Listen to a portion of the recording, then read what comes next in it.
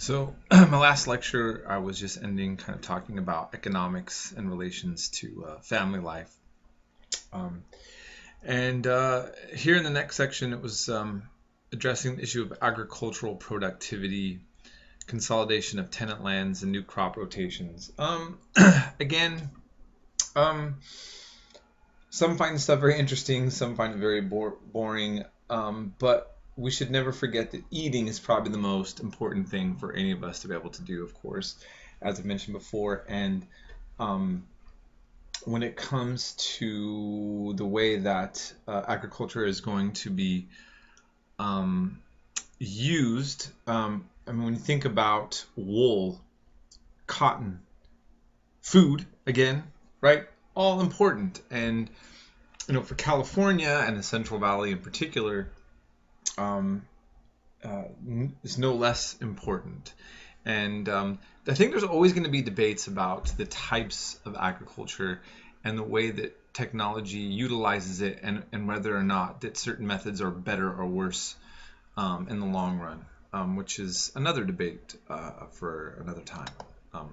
Okay, so in the text and here in this PowerPoint, it merely shows an increase in European population, and that we do see that increase take place. Okay, and so basically the questions about what are some of the things that are facilitating conditions favoring industrial growth.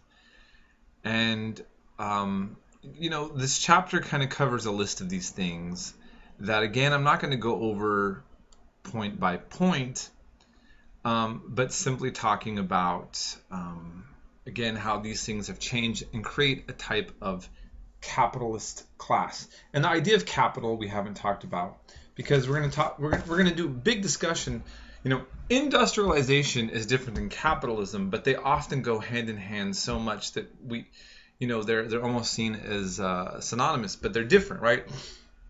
Because Stalin, later will discover, industrializes the Soviet Union under state-controlled economy or command economy that is not done through capitalism. Okay, but so you can industrialize without the private sector. Well, I'm using terms now that I assume you know. So let's just kind of revisit this as we start to develop these terms that we're going to go into in the next few chapters, and that's going to be a part of your written assignment coming up. So capital, as it discusses in the text, are all physical assets used in production, including fixed capital such as machinery and circulating capital such as raw materials, more generally the cost of these physical assets. It's kind of confusing, but essentially we're talking in this case mainly about private sector. Private sector or private sources, meaning, and you might hear this term often, where the state is not a part of this. So an individual, okay, right? Like if I have money and I buy a factory and I employ people and I buy goods, certain materials to put into my factory, and I'm going to then ship them out, right, for sale, I am the capitalist, okay? And the state may regulate certain things or it may not, which we'll talk more about that as we develop, discussing more the nature of capitalism, laissez-faire capitalism, and state intervention. But ultimately, that's what we mean, okay? And, there tended to be, at times, there's mainly, for instance, excuse me, as if we go down to 661, it mentions a lot of this topic, okay, that is, for instance, says, in Britain, the possibilities for such capital were maximized in the late 18th century when financial institutions offered loans at a low interest rate, when the development of a national banking system made these funds readily available through the country. And it says the number of English banks rose from a mere dozen in 1750 to more than 300 in 1800. Many bankers had close ties with industrialists, thereby facilitating the flow of capital from the financial to the industrial sector of the economy. And here, we see a little bit of a line blurred between what the state's doing and what the private sector is doing, or we're talking about national banks. And I think that this is something that the reason why I'm kind of having this kind of like I'm pausing and I'm trying to think of what I want to say here. I'm trying to articulate to you that there's not always the clear fine line between the private sector and the public sector. Public meaning government. Okay? And we see that debate now, right? You had the Occupy Wall Street movement, and they were criticizing the excesses they felt from the private sector, from capitalism, should we say. Okay, right? And there's this big anger about that. And for the Tea Party, their anger is, at the government in terms of its spending. So in other words, they're attacking more or less the public sector, or ideas of what the government is doing. So again, to clarify, you have the Occupy Wall Street movement attacking the private sector. You have the Tea Party attacking the public sector, or the what they call socialist, right? And yet both parties are aware that they're angry at the wealth disparity. But one side is attacking more of one thing. But they were all upset about the excesses of the banks. There's a big debate of how much power the state has as well, even on the far right. And if you look at the political debates that take place in America right now, and if you look at the way that the Tea Party movement and the Occupy Wall Street and other what are considered leftist or more radical elements, they are against each other, but they're addressing almost the exact same things. And so then what point are they missing? It's because I think that it's fair to say that both sides are kind of missing also, or not addressing that blurred line between the two, the state, the government, and the private sector.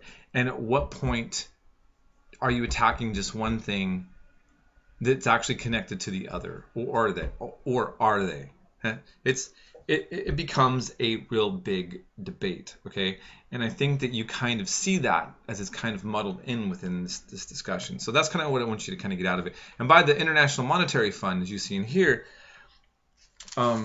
it was several years ago that I saw that a first major movement against the IMF, seen by many activists as an evil thing, and now, which goes all the way back to then, others see it as a positive thing. It's a controversial economic factor in the world right now. Okay, so demand from consumers and producers. So you have the big debate where you have a domestic market, consumer revolution. People who are workers also want to be consumers, and there is this interesting relationship between that, right? You have a worker who's going to make something and a worker who's going to buy that something, and you're going to have also people who are not workers, or are factory owners that want to buy something. But you have this revolution here in terms of supply and demand, for example. So it talks about in the text here, right? Supply, the amounts of labor and food that are needed to produce goods for the market, as well as the quantities of those goods themselves. And then the demand is the desires of consumers to acquire goods and the needs of producers to acquire raw materials and machinery. And so, in other words, there's also this question of what do people want? And there's a lot of theories on this. I mean, I think that what's fair to say is that I want to kind of just clarify. Economists often come off like they have something scientific to say, but they are often very theoretical as well. Maybe it's not fair to pick on economists to say that, but I think that we get the assumption that we can scientifically pin down some of these market forces. And I would argue that if that was true, you wouldn't see a trillion different opinions about them all the time. It's not so easy to pin down. But what we do see is this bourgeoisie class come into being. Okay, and remember I talked about that with the French Revolution. As it was mentioning at the end of the chapter, many historians used to think that the French Revolution was the destruction of nobility and the rise of the bourgeoisie. And now they don't see that that's actually what took place. But that's what a lot of people saw even back then as taking place. So whether or not the French Revolution actually did that, we do certainly see a rise of the bourgeoisie coming from around that time. And we're talking about the bourgeoisie being basically a middle class that are people who own businesses, who are capitalists, and they rely on workers who don't own things. And so those are the lower classes. Karl Marx is going to make a huge analysis of his thoughts on this, which we'll cover later. Okay. And so what eventually we're going to have is an economy built around industrial production. And so you're going to really see society changing in this way where you're going to have the agricultural world that used to be the majority, and now we have these urban centers, and we're going to have all this various activities. And in the case of Britain, they're going to have aristocracy that's going to be involved in capitalism, and other European countries less so. And that's something else that we'll address a little bit later on. I'll end this lecture here and move on to the next lecture.